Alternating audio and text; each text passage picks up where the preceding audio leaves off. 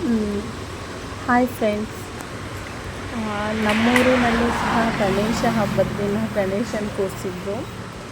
ಅದು ನಮ್ಮ ಮನೆ ಮುಂದೆನೇ ಈ ಸಲ ಕೂರಿಸಿದ್ರು. ಜಸ್ಟ್ ಅಪೋಸಿಟ್ ನೋಡಿ, ನಮ್ಮ ಮನೆಗೂ ಇಲ್ಲೂ ಇಷ್ಟೇ ದೂರ. ನಮ್ಮೂರಲ್ಲಿ ಸುಮಾರು ಗಣೇಶನ ಕೂರಿಸಿದ್ರು. ಅದರಲ್ಲೂ ಸಹ ಕ್ಯಾಸ್ಟಿಸಮ್, ಇದು ಗೌಡ ಕ್ಯಾಸ್ಟ್ ಅವ್ರದ್ದು ಗಣೇಶ. ಈ ಗಣೇಶನ ಜಸ್ಟ್ 5 days ಒಳಗೆ ಬಿಟ್ಬಿಟ್ರು.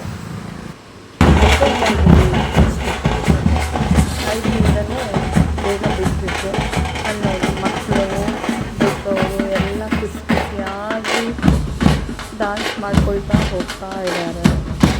ಹಾಗೆ ಪಟಾಕಿ ಸಿಡಿಸೋದು ಎಲ್ಲ.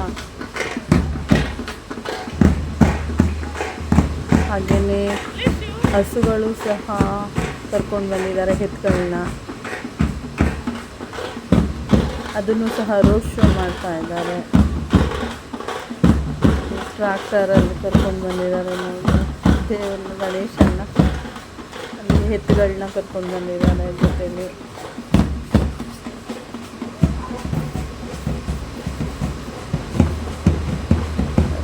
ಎಲ್ಲರೂ ಬಂದು, ಊರಲ್ಲಿ ಇರೋ ಜನಗಳೆಲ್ಲ ಬಂದು ನಿಂತು ನೋಡ್ತಾ ಇದ್ದಾರೆ ನಮ್ಮನೆ ಮುಂದೆ.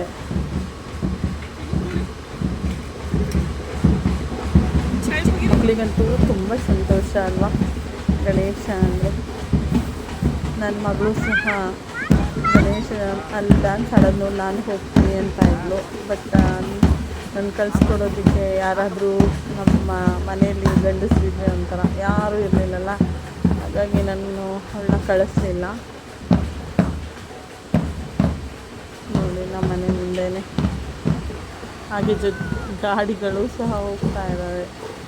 ಅವಕ್ಕೆ ತೊಂದರೆ ಆಗ್ತಿದೆ ಅನಿಸುತ್ತೆ.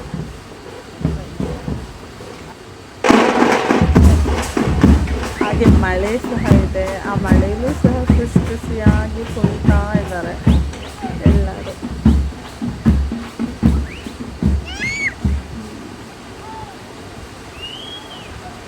ನೋಡಿ ನಮ್ಮ ಮನೆ ಮುಂದೆ ಎಷ್ಟು ಜನ ಇದ್ದಾರೆ ಅಂತ.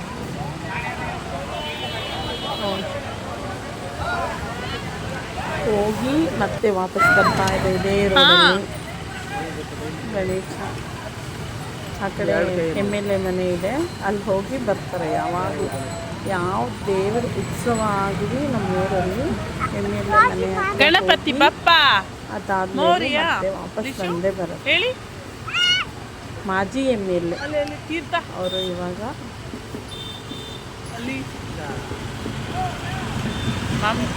ನೋಡಿ ಗಣೇಶನ ಎಷ್ಟು ಚೆನ್ನಾಗಿ ಮೆರವಣಿಗೆ ಮಾಡ್ತಾ